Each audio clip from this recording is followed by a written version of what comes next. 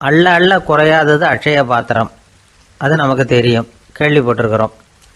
ஆனால் போட போட நிரம்பாத ஒரு பாத்திரம் உண்டு. அது என்ன தெரியுமா? நம்மளில் பல பேர்கிட்ட அந்த பாத்திரம் உண்டு. அதுதான் பேராசை அப்படிங்கிற பாத்திரம். அதை நிறைவு செய்யவே முடியாது. பேராசையை பற்றி சுஃபி இலக்கியத்தில் ஒரு பிரபலமான கதை உண்டாம். அதை ஒரு பெரியவர் எடுத்து சொல்லியிருக்கிறார். ஒரு மன்னர் நகர்வலம் போயிட்டு இருக்கார். ஒரு பிச்சைக்காரன் மன்னர் எதிரில் வரான். பிச்சை போடுங்கிறான். என்னுடைய அமைதியை கெடுக்காதே போங்கிறார் மன்னர். அவன் சிரிக்கிறான்.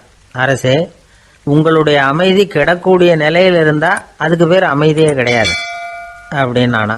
எதிரில் நிற்கிறது வெறும் பிச்சைக்காரன் இல்லை, யோகி அப்படிங்கிறத மன்னர் புரிஞ்சுக்கிட்டார்.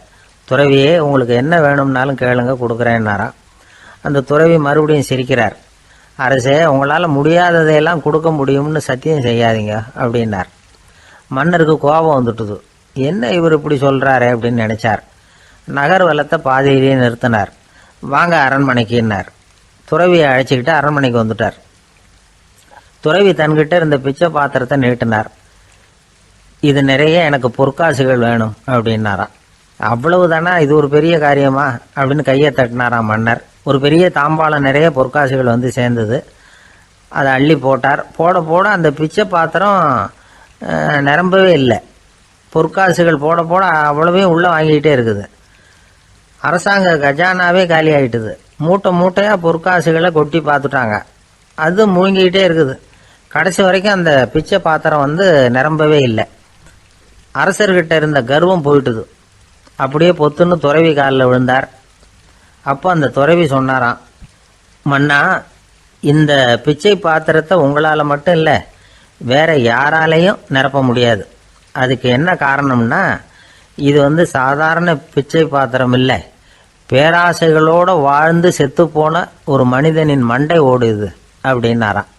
பாருங்க, இதுதான் அந்த சுஃபி இலக்கிய கதை. செத்த பிறகும் நிறைவு இல்லைன்னா அது எப்பேற்பட்ட பேராசையாக இருக்கும்னு யோசிச்சு பார்த்துங்க. நம்மளும் ஒருத்தர் கல்யாணம் பண்ணிக்க பொண்ணு பார்த்துக்கிட்டு இருந்தார். அழகு, அறிவு, படிப்பு எதுவும் தேவையில்லை, பணம் மட்டும் இருந்தால் போதும் அப்படின்னு பார்க்குறவங்க கிட்டெல்லாம் சொல்லி வச்சார். ரொம்ப நாளைக்கு அப்புறம் ஒரு பணக்காரர் கிடைச்சார். அவர் சொன்னார், இதை பாருங்க, எனக்கு 20 வயசில் ஒரு மகள், அவளை நீங்கள் கல்யாணம் பண்ணிக்கிட்டா 2 லட்சம் பணம் கொடுப்பேன். 25 வயசில் ஒரு பொண்ணு, அவளை கல்யாணம் பண்ணிக்கிட்டா 2.5 லட்சம் தருவேன். 30 வயசில் ஒரு பொண்ணு இருக்கா, அவளை கல்யாணம் பண்ணிக்கிட்டா 3 லட்சம் தருவேன். என்ன சொல்கிற அப்படின்னாராம். இவன் கொஞ்ச நேரம் யோசித்து பார்த்துருக்கான். அதுக்கப்புறம் மெதுவாக அவரை நிமிர்ந்து பார்த்து, ஏன் சார், உங்ககிட்ட 50 வயசில் ஏதாவது பொண்ணு இருக்கா அப்படின்னு கேட்டானா. ஒரு பெரிய காடு, அந்த காட்டுக்கு மத்தியில் ஒரு ஆசிரமம். அங்கே ஒரு முனிவர் இருந்தார். பல இடங்கள்லேருந்து வர்ற குழந்தைகளுக்கு அவர் பாடம் சொல்லி கொடுத்துக்கிட்டு இருக்கிறார். ஏழை பணக்காரர் அப்படிங்கிற வித்தியாசம்லாம் கிடையாதுங்க. எல்லாரும் அவர்கிட்ட தங்கள் பிள்ளைகளை அனுப்பி வச்சாங்க. மன்னர்களுடைய பிள்ளைங்க கூட அங்கே அவர்கிட்ட தான் படிக்கிறதுக்கு வருவாங்க. ஆனால் அந்த முனிவரை பொறுத்த வரைக்கும் எல்லா பிள்ளைங்களும் ஒன்று தான். இது யார் வீட்டு பிள்ளைன்னெல்லாம் பார்க்க மாட்டார், எல்லாரும் சமம். மாணவர்கள்லாம் அங்கேயே மாத கணக்கில் வருஷ கணக்கில் தங்கியிருந்து பாடம் கற்றுக்கிட்டு போகிறது வழக்கம். அவராக பார்த்து போகணுன்னு சொல்கிற வரைக்கும் அங்கேயே இருக்கணும், படிக்கணும். குருகுல வாசம். ஒரு சமயம் ஒரு ராஜகுமாரனும் அவர்கிட்ட படிச்சுக்கிட்டு இருந்தான். அவனுக்கு ஒரு 15 வயசு இருக்கும். சில வருஷம் கழித்து இந்த முனிவர் தன்கிட்ட இருக்கிற மாணவர்களுக்கெல்லாம் பரீட்சை வச்சார். அவங்களுடைய அறிவு முதிர்ச்சியை கணிக்கிறதுக்காக பல சோதனைகள்லாம் வச்சார். ஒவ்வொருத்தராக பார்த்து, இனிமேல் நீங்கள் உங்கள் வீட்டுக்கு போகலாம் அப்படின்னு சொல்லி அனுப்பி வச்சுக்கிட்டு இருக்கிறார். எல்லோரும் போயிட்டாங்க. கடைசியாக மிஞ்சி இருந்தது ஒரே ஒரு மாணவன். அவனை மட்டும் வீட்டுக்கு அனுப்பலை. யார் அந்த பையன் தெரியுமா? அவன்தான் அந்த ராஜகுமாரன். ராஜகுமாரனுடைய தந்தைக்கு, அதுதான் அந்த ராஜாவுக்கு, அங்கே வயசு ஏறிக்கிட்டே போகுது. என்ன இது, படிக்க போன பையன் இன்னும் திரும்பி வரலையே அப்படின்னு நினச்சார். வந்துட்டா சீக்கிரமாக அவனுக்கு பட்டம் கட்டிவிட்டு நாம் விலகிக்கலாமே அப்படின்னு நினச்சார். கல்யாணம் வேறு பண்ணி பார்க்கணும் பையனுக்கு. ஆனால் பையன் வர்ற வழியை காணும். ராஜா பார்த்தார். சரி, நேர்லேயே போய் என்னன்னு தெரிஞ்சுட்டு வந்துடுவோம் அப்படின்னு காட்டுக்கு புறப்பட்டார். அங்கே போய் முனிவரை பார்த்தார். முனிவர் இவரை அன்பாக வரவேற்று உட்கார வச்சார். அதுக்கப்புறம் ராஜா மெதுவா, எல்லாரையும் வீட்டுக்கு அனுப்பி வச்சுட்டிங்களாமே, ஏன் பிள்ளைய மட்டும் அப்படின்னு சொல்லி மெதுவாக இழுத்தார். முனிவர் இதுக்கு உடனே பதில் சொல்லலை. ராஜாவை கூப்பிட்டுட்டு போய் விருந்தினர் குடிசையில் தங்க வச்சார். அதுக்கப்புறம் சொன்னார், உங்கள் மகன் எல்லா பாடங்கள்லேயும் முதலிடம் வாங்கியிருக்கான். இப்படி முதலாவதாக வர்ற மாணவனுக்கு நாங்கள் இன்னொரு தேர்வு வைக்கிறது வழக்கம்.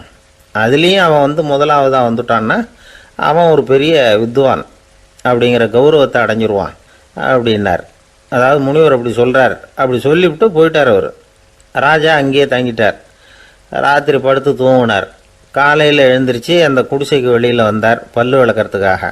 அந்த சமயத்தில் தூரத்தில் ஒருத்தன் ஒரு கையில் கோடாலியை வச்சுக்கிட்டு தலையில் ஒரு பெரிய விறகு கட்டை சுமந்துக்கிட்டு வந்துக்கிட்டு இருக்கிறது மாதிரி தெரிஞ்சுது. யாராவது விறகு வெட்டியாக இருக்கும் அப்படின்னு நினச்சார் ராஜா. கிட்ட வந்ததும் உத்து பார்க்குறாரு. பார்த்தா அது தன்னோட புள்ள.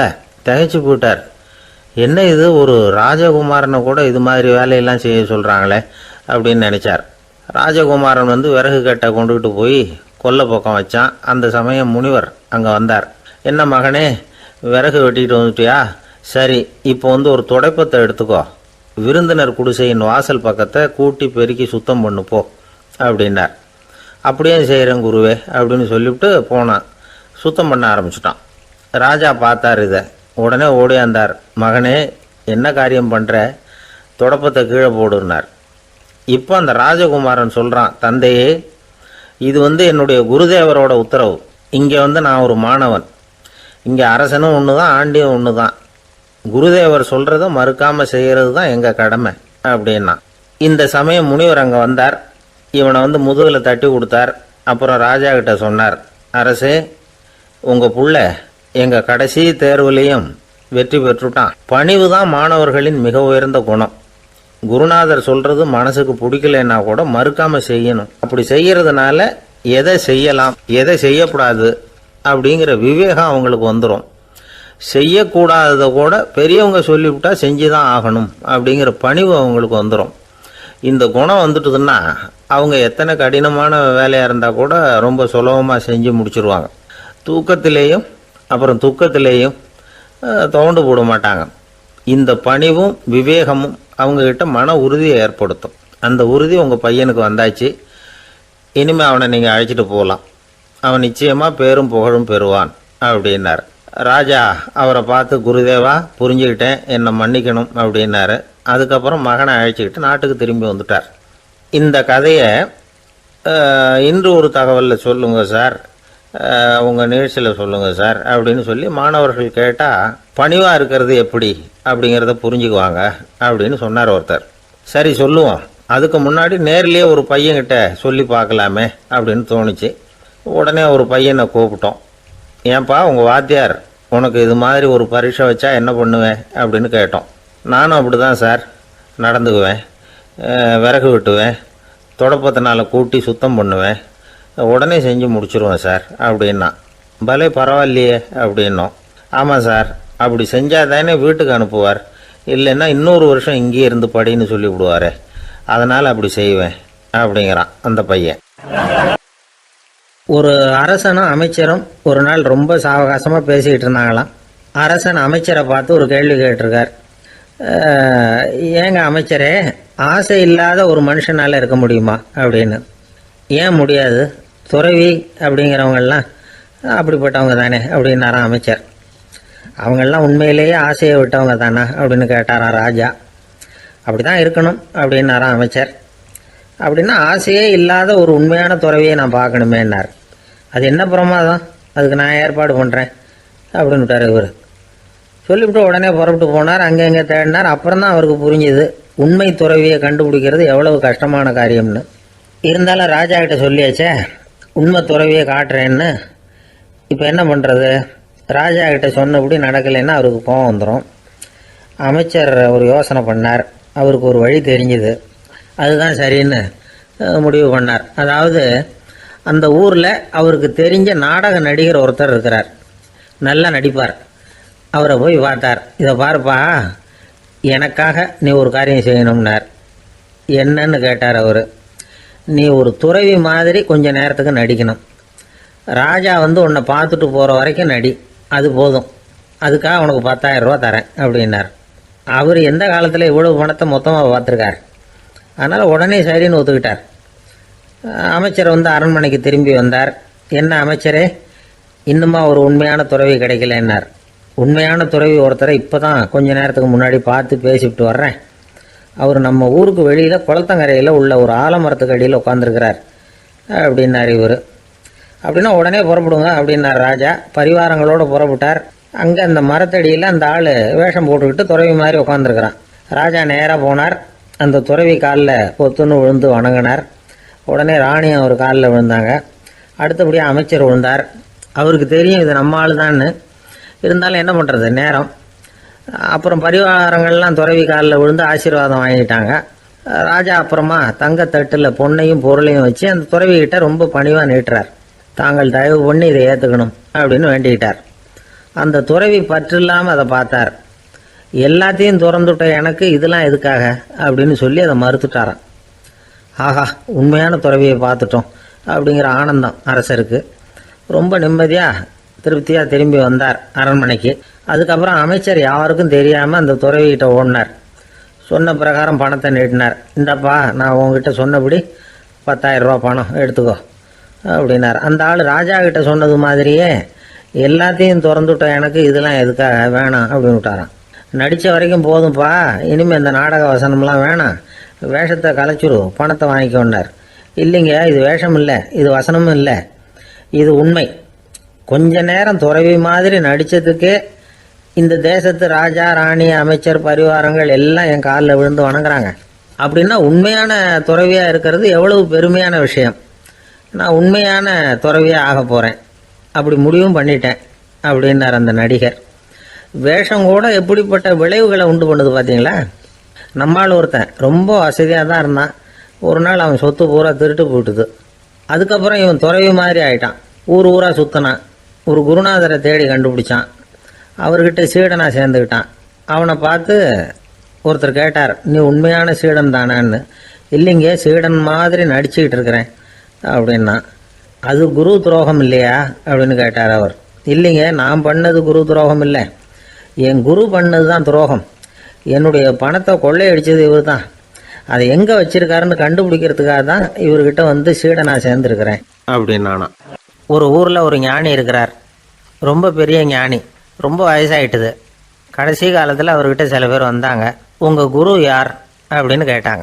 அவர் நிமிர்ந்து பார்த்தார். எனக்கு ஆயிரக்கணக்கான குருமார்கள் உண்டு. அவங்க பேரெல்லாம் சொல்லணும்னா இந்த காலம் பத்தாது. ஆனால் முக்கியமான ஒரு 3 பேரை பற்றி மட்டும் உங்களுக்கு சொல்கிறேன் அப்படின்னாராம். அப்புறம் சொன்னார், அந்த 3 பேரில் ஒருத்தன் ஒரு திருடன். ஒரு சமயம் ஒரு பாலைவனம் வழியாக நான் போய்கிட்டு இருந்தேன். அப்போது வழி தவறி போய் ஒரு கிராமத்துக்கு போயிட்டேன். அது இருட்டு நேரம், நடு ராத்திரி, ஊரே உறங்கி போச்சு. அந்த நேரத்தில் ஒரு ஆள் மட்டும் ஒரு வீட்டு சுவத்தில் ஏதோ பண்ணி உள்ளே நுழையிறதுக்கு முயற்சி பண்ணிகிட்டு இருக்கிறான். அவங்கிட்ட போய் நான் இன்றைக்கி இங்கே எங்கே தங்க முடியும் அப்படின்னு கேட்டேன். அதுக்கு அவன், இந்த ராத்திரி வேளையில் அது ரொம்ப சிரமம், ஒரு திருடனோட உங்களால் தங்க முடியும்னா நீங்கள் என்னோட தங்கலாம் அப்படின்னா. நான் அவங்க கூட 1 மாதம் தங்கியிருந்தேன். ஒவ்வொரு நாள் ராத்திரியும் இப்போ நான் என்னுடைய வேலைக்கு போகிறேன், நீங்கள் ஓய்வு எடுத்துக்கோங்க அப்படின்னு சொல்லிவிட்டு போவான். அவன் திரும்பி வந்த உடனே உனக்கு ஏதாவது கிடச்சிதான்னு நான் கேட்பேன். அதுக்கு அவன், இன்றைக்கி ராத்திரி ஒன்றும் இல்லை, நாளைக்கு மறுபடியும் முயற்சி பண்ணுவேன் அப்படின்பா. எப்பவும் அவன் நம்பிக்கை இழந்ததே கிடையாது. எப்பவும் சந்தோஷமாகவே இருப்பான். நானும் ரொம்ப காலமாக தியானம் பண்ணிக்கிட்டே இருந்தேன். ஒன்றுமே நடக்கலை. ஆனால் நான் என்ன பண்ணேன் தெரியுமா, மனசு வருத்தப்படும், நம்பிக்கை இழந்துருவேன். அப்போல்லாம் அந்த திருடனுடைய விடாமுயற்சி தான் ஞாபகத்துக்கு வரும். அதனால் அந்த திருடன் எனக்கு ஒரு குரு. என்னுடைய 2வது குரு யாருன்னா அது ஒரு நாய். இது எப்படின்னா, ஒரு சமயம் எனக்கு ரொம்ப தாகமாக இருந்தது. ஒரு நதியை நோக்கி போய்கிட்டு இருந்தேன். அப்போ ஒரு நாயும் வந்தது. அதுக்கும் தாகம். ஓடி வந்து ஆற்றை பார்த்துது. அதோட நிழல் வந்து ஆற்றுல தெரிஞ்சுது. அதை பார்த்ததும் பயந்துட்டுது. அதாவது அது தன்னுடைய சொந்த உருவத்தையே கண்டு பயந்தது. அதை பார்த்து குறைக்குது, திரும்பி ஓடிச்சு. ஆனால் அதுக்கு தாகம் அதிகமாக இருந்ததுனால அது மறுபடியும் திரும்பி வந்தது. பார்த்தா மறுபடியும் தண்ணியில் நாயோட உருவம் தெரியுது. இப்படி சில தடவை பண்ணிச்சு. இருந்தாலும் கடைசியில் தண்ணியில் குதிச்சுட்டுது துணிஞ்சி.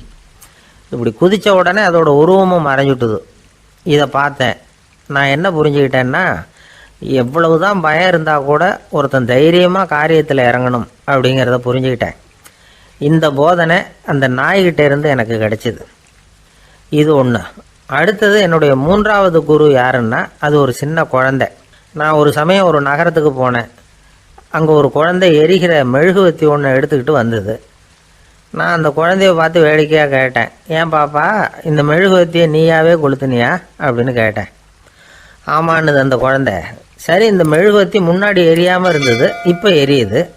இந்த மெழுகுவத்திக்கு வெளிச்சம் எங்கேருந்து வந்தது, அதை எனக்கு காட்ட முடியுமா அப்படின்னு கேட்டேன் அந்த குழந்தைகிட்ட.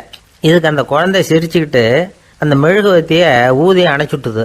அதுக்கப்புறம் என்னை பார்த்து கேட்டுது, இப்போ இந்த மெழுகுவத்தியின் வெளிச்சம் போனதை பார்த்தீங்க இல்லையா, அது எங்கே போச்சுன்னு எனக்கு சொல்லுங்க அப்படின்னுது. அந்த குழந்தை இப்படி கேட்டதும் என்கிட்ட இருந்த ஆணவம் அழிஞ்சுட்டுது. நான் படித்ததெல்லாம் அந்த வினாடியில் சுக்கு நூறாக போட்டுது. என்னுடைய முட்டாள்தனத்தை நான் உணர்ந்தேன் அப்படின்னு இவ்வளவும் அந்த ஞானி விவரமாக சொன்னாராம். அதனால் நாம் இன்னார்கிட்டே இருந்து தான் இதை கற்றுக்கணுங்கிறது இல்லை, யாருக்கிட்டே இருந்தும் எதையும் கற்றுக்கலாம். நம்மால் ஒருத்தன் ஒரு நாய் வளர்த்துக்கிட்டோம்னா அந்த நாய்க்கு வால் கிடையாது, யாரோ ஏற்கனவே வெட்டி எடுத்துட்டாங்க. இந்த நாய் தான் சார் எனக்கு குரு, அதுக்கிட்டே இருந்து கூட நான் பாடம் கற்றுக்கிட்டு இருக்கிறேன் அப்படின்னா. அப்படி என்ன கற்றுக்கிட்டேன் இந்த வால் இல்லாத நாய்கிட்டே இருந்து அப்படின்னு கேட்டோம். நாம் யாருக்கிட்டேயும் வாலாட்டக்கூடாது அப்படிங்கிற பாடத்தை அதுக்கிட்டே இருந்து தான் நான் கற்றுக்கிட்டேன் அப்படின்னா. ஒரு நாள் காலை நேரம் ஒரு குரு படுக்கையை விட்டு எழுந்திருக்கிறார். உடனே சீடர்களை பார்த்து எல்லாரும் இப்படி வாங்கங்கிறார். எல்லாரும் வர்றாங்க வேகமாக. என்னங்க வேணும் உங்களுக்கு அப்படிங்கிற மாதிரி எல்லாரும் குருவை பார்த்தாங்க பயபக்தியோட. குரு அந்த சீடர்களை பார்த்து, இதை பாருங்கள், இப்போ நான் ஒரு சிக்கலான விவகாரத்தில் மாட்டிக்கிட்டு இருக்கிறேன், அதை நீங்கள் தீர்த்து வச்சா நல்லதுன்னார். சீடர்களுக்கு ஒன்றும் புரியல. என்ன இது இவர் இப்படி சொல்கிறாரு, நமக்குள்ள எல்லா விவகாரங்களையும் தீர்த்து வைக்கிறவர் நம்ம குருநாதர், அவருடைய விவகாரத்தை நாம் தீர்த்து வைக்கிறதா, ஆச்சரியமாக இருக்குதே, குருநாதருக்கே சிக்கலா அப்படின்னு யோசனை பண்ண ஆரம்பித்தாங்க. இருந்தாலும் ரொம்ப பணிவாக கேட்டாங்க, சுவாமி உங்களுக்கே சிக்கலா, இந்த உலகத்து சிக்கல்களுக்கும் சிரமங்களுக்கும் அப்பாற்பட்டவர் அல்லவா தாங்கள், அப்படிப்பட்ட உங்களுக்கு சிக்கல்னா அது எப்படி அப்படின்னாங்க. எனக்கு ஏற்பட்டிருக்கிற சிக்கல் அவ்வளவு பெருசு, ரொம்ப பெரிய விவகாரம் அது அப்படின்னார் குரு. கொஞ்சம் விவரமாக சொல்லுங்க அப்படின்னாங்க இவங்க. இப்போ அந்த குரு விவரத்தை சொன்னார். அதாவது நேற்று ராத்திரி நான் ஒரு கனவு கண்டேன். அந்த கனவில் நான் ஒரு பட்டாம்பூச்சியாக மாறிட்டேன். அப்படி மாறி ஒவ்வொரு மலராக பறந்து போய் உட்காந்து தேன் சாப்பிட்டேன் அப்படின்னார். சீடர்கள் இதை கேட்டதும் ரொம்ப திகைச்சு போயிட்டாங்க. என்ன இது, இது ஒரு பெரிய பிரச்சனையா, ஒரு சாதாரண கனவு கண்டதுக்காகவா இந்த காலை வேளையில் நம்மளையெல்லாம் குருநாதர் இவ்வளவு அவசரமாக கூப்பிட்டுருக்கார் அப்படின்னு நினச்சாங்க. இருந்தாலும் கேட்டாங்க, இதில் என்ன சிக்கல் சுவாமி, கனவுங்கிறது எல்லாருக்கும் வரத்தானே செய்யும் அப்படின்னார் ஒரு சீடர். சீடர்களே, பிரச்சனை அது இல்லை. நான் இன்னைக்கு காலையில் கண்ணு முழிச்சு பார்த்தப்போ நான் நானாக மறுபடியும் மாறிட்டேங்கிறத தெரிஞ்சுக்கிட்டேன். இதில் சிக்கல் என்னன்னா, இப்போ அந்த பட்டாம்பூச்சி தான் நானாக ஆயிட்டதாக கனவு கண்டுகிட்டு இருக்கா அப்படிங்கிறது தான். ஒரு மனுஷன் பட்டாம்பூச்சி ஆகிறதாக கனவு காண முடியுங்கிறப்போ அந்த பட்டாம்பூச்சியும் மனுஷனாக ஆகிறதாக கனவு காண முடியும் இல்லையா?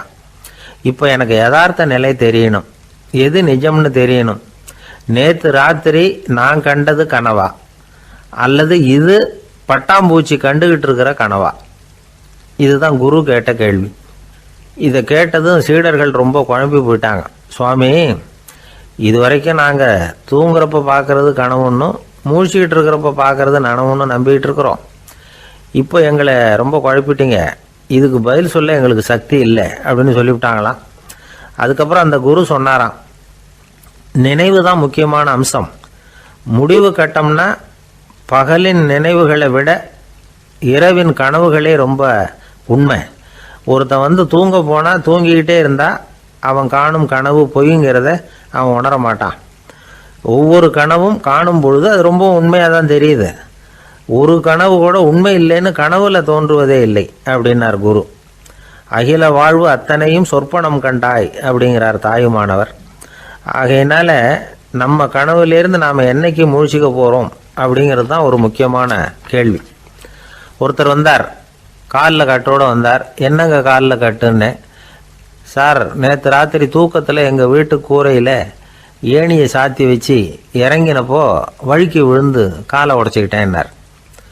உங்கள் வீட்டில் தான் ஏணியே கிடையாது சார் அப்படின்னு. உண்மைதான் சார், நான் கீழே விழுந்து முழிச்சுக்கிட்டதுக்கு அப்புறம் தானே ஏணி இல்லைங்கிறது எனக்கு ஞாபகம் வந்தது அப்படின்னார். ஒரு ஊரில் ஒரு பெரிய ஞானி இருந்தார். அவர் படுக்கையில் இருந்தார். இன்னும் கொஞ்ச நேரம்தான் அவர் இந்த உலகத்தில் இருக்க போகிறார்.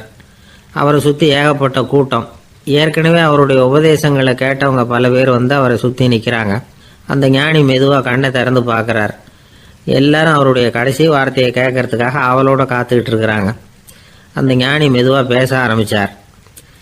நான் என்னுடைய வாழ்நாள் பூராவும் உங்களுக்கு நிறைய போதனைகள் சொல்லிக்கிட்டு இருக்கிறேன். பேரானந்தம், மகிழ்ச்சி, தியானத்தன்மை, இதை பற்றியெல்லாம் சொல்லியிருக்கிறேன். இப்போ நான் வேறு ஒரு கரைக்கு போய்கிட்டு இருக்கிறேன். நான் இனிமேல் இந்த கரையில் இருக்க மாட்டேன். நீங்கள் நான் சொன்னதையெல்லாம் கேட்டீங்க, ஆனால் எதையும் நீங்கள் வந்து நடைமுறைப்படுத்தி பார்க்கல. எல்லாம் கேட்டதோடு சரி, அதோடு விட்டுவிட்டீங்க. அப்புறம் அதை தள்ளி போட்டுக்கிட்டே வந்துட்டீங்க. மேலும் அதை தள்ளி போடுறதுல எந்த பிரயோஜனமும் கிடையாது. இப்போ நான் போய்கிட்டு இருக்கிறேன். உங்களில் யாராவது என்னோட வர்றதுக்கு தயாரா அப்படின்னு கேட்டார். அவ்வளவுதான், யாரும் வாயை திறக்கலை. ஒரே மௌனம், சத்தமே இல்லை. ஒருத்தர் பார்த்துக்கிட்டே நிற்கிறாங்க. அந்த கூட்டத்தில் ஒரு ஆள் அந்த ஞானி கூடவே 40 வருஷத்துக்கு மேலே இருந்திருக்கிறான். அவனும் வாயை திறக்காமல் இன்னொருத்தன் முகத்தை பார்த்துக்கிட்டே நிற்கிறான். இந்த சமயத்தில் பின்னாடி நின்றுக்கிட்டு இருந்த ஒருத்தன் கையை தூக்கினான். ஞானி அவனை பார்த்தார். சரி, ஒருத்தனுக்காவது நம்மோட வர்றதுக்கு தைரியம் இருக்குது அப்படின்னு நினச்சார். ஆனால் அந்த ஆள் என்ன சொன்னான் தெரியுமா? ஐயா, நீங்கள் கேட்குறப்போ நான் உடனே எழுந்திருக்கல, கையை மட்டும்தான் தூக்கினேன். என்ன காரணம்னா, நான் எப்படி அடுத்த கரைக்கு வந்து சேர்றதுங்கிறது தெரிஞ்சுக்கிறதுக்காக தான். அந்த விவரத்தை மட்டும் இப்போ உங்ககிட்ட இருந்து நான் தெரிஞ்சுக்க ஆசைப்பட்றேன். ஏன்னா இப்போ நான் உங்கள் கூட வர்றதுக்கு தயாராக இல்லை. எவ்வளவோ காரியங்களை நான் இன்னும் இங்கே முடிக்க வேண்டியிருக்குது. வீட்டுக்கு ஒரு விருந்தினர் வந்திருக்கிறார். என்னுடைய இளைய மகனுக்கு கல்யாணம் பண்ணி வைக்கணும். அதனால் இன்றைக்கி உங்கள் கூட வர முடியாது. அது மட்டும் இல்லை, இப்போ உங்கள் கூட அடுத்த கரைக்கு வந்தால் திரும்பி வர முடியாதுன்னு வேறு சொல்கிறீங்க. அதனால் இப்போ நான் வரல. இன்னொரு நாள் நிச்சயமாக நான் வர்றேங்க, வந்து உங்களை சந்திக்கிறேன். அதனால் இப்போ நீங்கள் இன்னொரு தடவை எங்களுக்கு விளக்கமாக சொல்லணும். ஏற்கனவே பல தடவை சொல்லியிருக்கிறீங்க. தயவு பண்ணி இப்போ ஒரு தடவை சொன்னீங்கன்னா சௌகரியமாக இருக்கும். அந்த அடுத்த கரையை அடையிறது எப்படி? இப்போ ஒரு தடவை அதை விளக்கமாக சொல்லிட்டிங்கன்னா நல்லா ஞாபகப்படுத்திக்குவேன். அது சரியான சமயம் வர்றப்போ இது எனக்கு உதவியாக இருக்கும் அப்படின்னு நானும். ஆனால் உண்மை என்ன தெரியுமா? அந்த சரியான சமயம் வரவே இல்லை அப்படிங்கிறது தான் உண்மை. இப்படி அந்த கதை முடியும். இந்த கதை வந்து அந்த ஒரு ஆளுக்கு மட்டும் இல்லை, கிட்டத்தட்ட எல்லாருக்குமே அது பொருந்தும் அப்படிங்கிறாங்க விவரம் தெரிஞ்சவங்க. எல்லாருமே அந்த சரியான தருணத்துக்காக தான் காத்துக்கிட்டு இருக்கிறாங்களாம். அதுக்காக ஜோசியம் பார்க்குறாங்க, கைரேகை பார்க்குறாங்க. நாளைக்கு என்ன நடக்குங்கிற ஆவலில் எல்லாரும் காத்துக்கிட்டு இருக்கிறாங்க. ஆனால் அந்த ஒரு நாள் ஒருபோதும் வரப்போகிறதில்ல. நீங்கள் தள்ளி போடுறதுக்காக பல அர்த்தமில்லாத காரணங்களை தேடுறீங்க அப்படிங்கிறார் ஒரு ஞானி. காத்திருக்கிறதுலேயே நம்ம காலம் ஓடி போயிடுது. ஏன்னா இன்றைக்கி நாம் சிந்திக்கிறது நாளைக்கு நாம் சிந்திக்கிறது இல்லை. ஒவ்வொரு நாளும் ஒவ்வொரு மாதிரி போயிடுது. நாளைக்கு மறுநாளை பற்றியே சிந்திக்கிறோம். இப்படியே அது பாட்டுக்கு போயிடும். கரையை தொட்டு பார்க்குறது எப்போ? இதுதான் கேள்வி. நமக்கு வேண்டியப்பட்ட ஒருத்தர் ஒரு ரயில்வே பிளாட்ஃபாரத்தில் நின்றுட்டு இருக்கிறார். அங்கே இருக்கிறவங்ககிட்ட கேட்குறாராம், விசாரிக்கிறார். ஏங்க கிழக்க போகிற ரயில் போயிட்டுதுங்களான்னாராம். போயிட்டுதுன்னு இருக்கிறாங்க. கொஞ்ச நேரம் கழித்து ஏங்க மேற்க போகிற ரயில் போயிட்டுதுங்களான்னு கேட்டிருக்காரு. போயிட்டுதுங்களான் இருக்காங்க. அப்புறம் கொஞ்சம் நேரம் கழித்து மறுபடியும் ஏங்க 10:30 மணி வண்டி போயிட்டுதான்னு கேட்டிருக்காரு.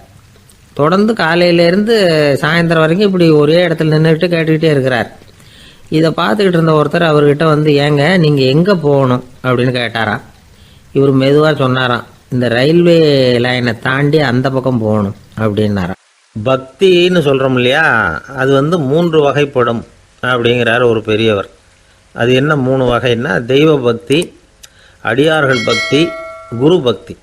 அடியார் பக்தியை விட தெய்வ பக்தியை விட குரு பக்தி தான் ரொம்பவும் சிறந்ததுங்கிறார் அவர். தெய்வத்துக்கிட்ட செஞ்ச பாவம் குருநாதர்கிட்ட தீர்ந்துருமா.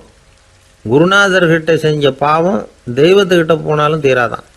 இப்படி பெரியவங்களாம் சொல்லி வச்சுருக்கிறாங்க. ஒரு காடு, அங்கே அயோத தௌமியர் அப்படின்னு ஒரு தபோதனர். அவர் பல மாணவர்களை ஒன்றா சேர்த்து ஒரு குருகுலம் நடத்திக்கிட்டு இருக்கிறார். பல தரப்பட்டவங்க பல திறப்பட்டவங்க மாணவர்கள் அதில் சேர்ந்து படிச்சுக்கிட்டு இருக்கிறாங்க. பாஞ்சால ராஜகுமாரன் ஒருத்தனும் அந்த குருகுலத்தில் சேர்ந்து படிச்சுக்கிட்டு இருக்கிறான். அவன் பேர் ஆருணி.